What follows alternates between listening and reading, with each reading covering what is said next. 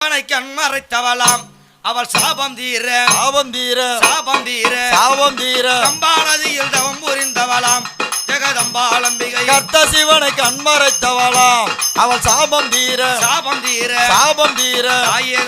கம்பானதியில் தவம் இருந்தவளாம் ஜெகதாம்பிகா சிவபெருமான் கண் மறைத்தாள் தாயே செல்வி ஊமையவளும் சிவபெருமான் கண் மறைத்தா செல்வி நல்லோ உமையவளும்